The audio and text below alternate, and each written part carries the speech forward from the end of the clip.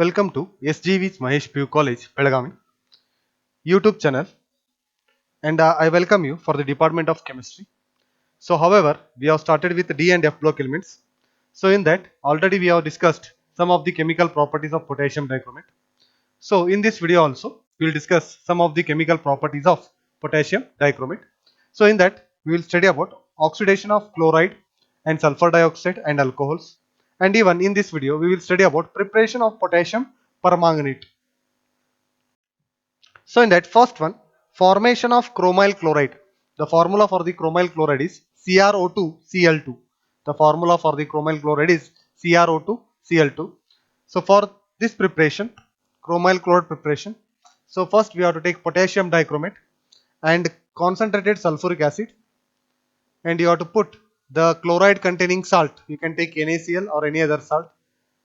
Then there will be formation of potassium bisulfate or sodium bisulfate. There will be formation of chromyl chloride, that is a CrO2Cl2, that is oil red liquid. So actually this chromyl chloride test is used for the confirmatory test for chloride ion. So however, in laboratory inorganic qualitative analysis you have done in first PUC as well as you will do in the second PUC. So first, if the chloride ion is present, then you will do the confirmatory test. One test is AgNO3 test, silver nitrate test is there. So other than silver nitrate test, one more is chromyl chloride test. So what happens? You have to take a salt which is containing a chloride. So in that you have to put a potassium dichromate and concentrated H2SO4. Then you will get the red color fumes.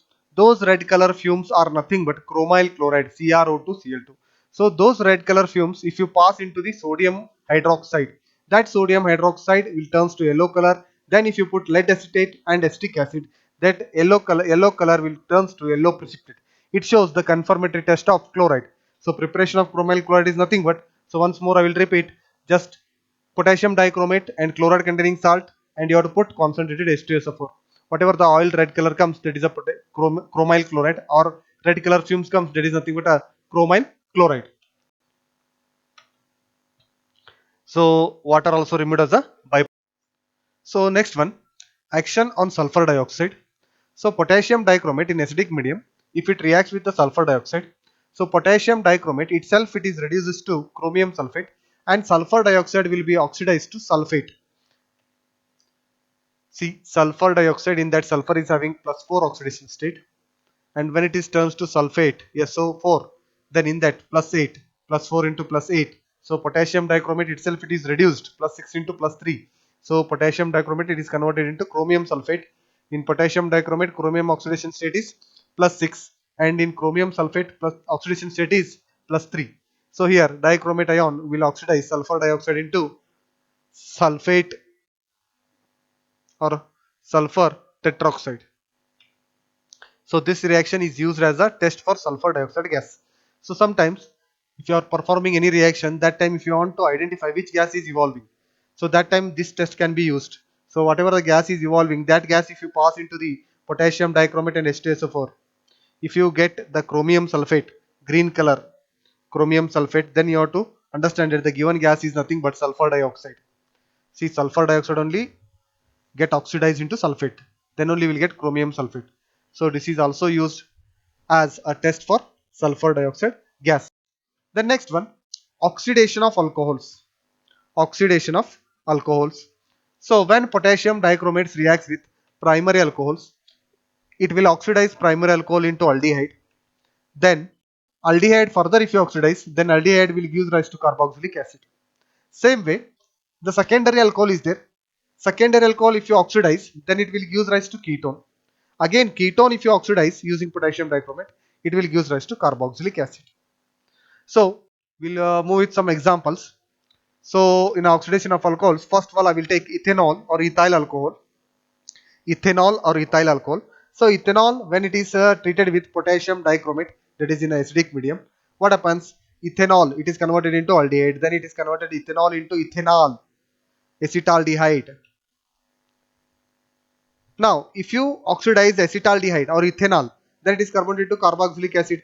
So ethanol means 2 carbon, then 2 carbon containing carboxylic acid, that is nothing but ethanoic acid. So acetaldehyde, if you oxidize further with the potassium dichromate, in acidic medium. So ethanol will be converted into ethanoic acid or acetic acid. Ethanoic acid or acetic acid. Same way, secondary alcohol if you take isopropyl alcohol. So isopropyl alcohol, if you oxidize potassium dichromate in acidic medium, so secondary alcohol will be oxidized to ketone. So here you will get propanone or acetone is a product. So again further if you oxidize acetone or propanone, further it will give rise to carboxylic acid, that is ethanoic acid. Okay. So next we'll go for structure and uses of potassium dichromate. So till now we have discussed about the preparation of potassium dichromate and chemical properties and equivalent weight of potassium dichromate. And now we will discuss the structure of potassium dichromate and the uses of potassium dichromate. So see the structure of chromate ion. So chromate ion is nothing but CrO4 2 minus.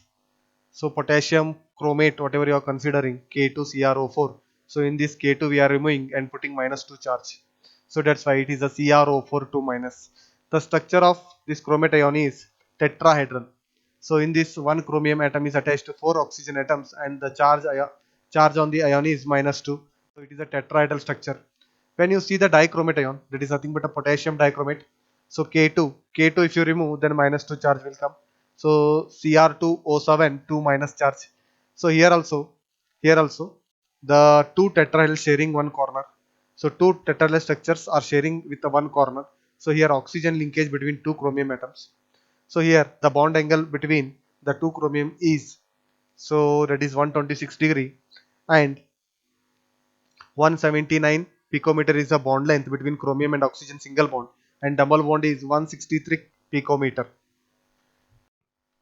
Then uses of potassium dichromate. It is used as an oxidizing agent. Then it is also used in the conversion of primary alcohol into aldehyde, sulfur dioxide into sulfuric acid, even hydrogen sulfide to pale yellow color precipitate of sulfur, and in the manufacture of pigments, in the manufacture of inks. Even the potassium dichromate uses are in the manufacture of lead chrome and chrome alum. Other than that, that is a preparation obtained by reaction of lead salt with chromate ion, and yellow precipitate is obtained. Uses as a pigment. So preparation of obtained from chrome salts. So tanning of leather also it is used potassium dichromate. Other than that, in the tanning of leather, so process of treating skins and hides of animals to produce leather, which is more durable and less susceptible to composition. So potassium dichromate is also acts as a binder.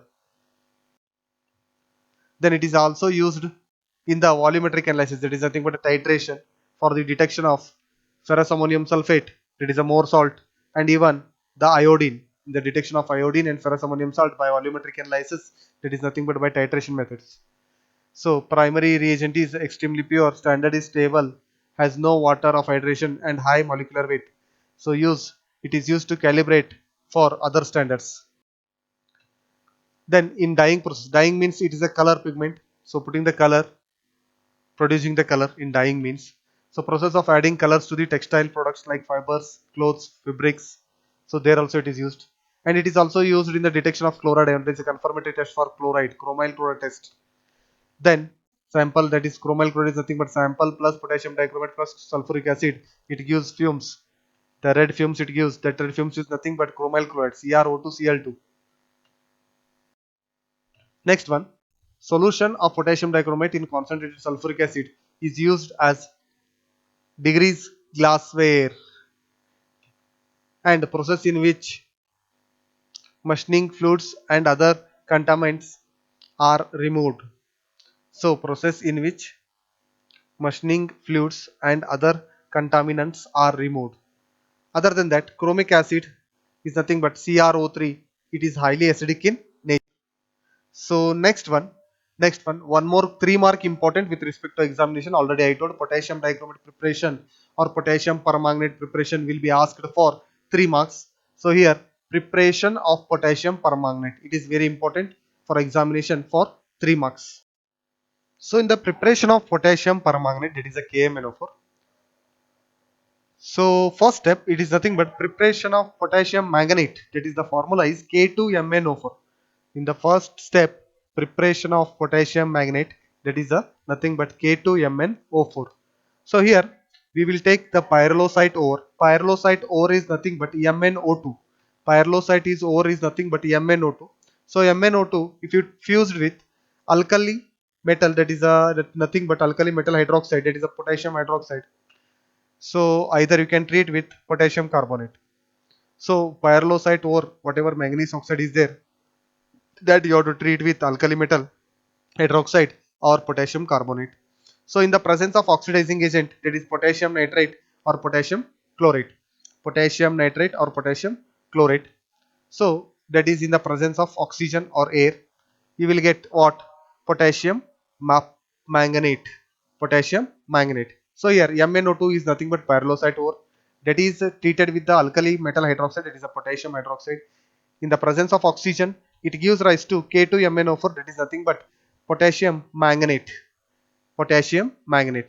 Even we can prepare using manganese dioxide, that is a pyrolusite ore, is treated with potassium carbonate, again in the presence of oxygen only. Again it will give potassium manganate K2MnO4. Either we can use pyrolusite ore, manganese dioxide, when it is treated with potassium hydroxide with oxidizing agent, that is a potassium nitrate KNO3, it will give rise to again potassium manganate. So same way again pyrolusite ore MnO2 is treated with potassium hydroxide in presence of oxidizing agent. That is nothing but now I will take potassium chloride. So what it gives? Again it will give rise to potassium manganate only. So in the first step we are preparing potassium manganate. So here any one reaction you can write. No need to write all four. For understanding purpose here all four reactions I have written. So any one reaction of the preparation of potassium manganate you have to write. So here for using four methods you can prepare potassium manganate in step 1. So now we will go for step 2. In a step 2, potassium manganate is converted into potassium permanganate. Potassium manganate is converted into potassium permanganate. So in a potassium manganate, that is nothing but it is converted into potassium permanganate, that is by oxidation method, either in a acidic medium or in a neutral medium. So acidic medium means you should use a acid and neutral medium means you should use a water. So now oxidation method, potassium manganate is converted into potassium permanganate. Now see K2MnO4, that is nothing but potassium manganate is converted into potassium permanganate by oxidation. So for oxidizing we are using either concentrated H2SO4, either carbon dioxide as oxidizing agent, either chlorine is oxidizing agent, either ozone is the oxidizing agent. So we can use sulfuric acid, we can use carbon dioxide, we can use chlorine, either ozone. So any one of this oxidizing agent we can use. Now potassium manganate, when it is treated with the concentrated H2SO4, so H2SO4 also we can use potassium manganate on treating with H2SO4, it will give rise to potassium permanganate.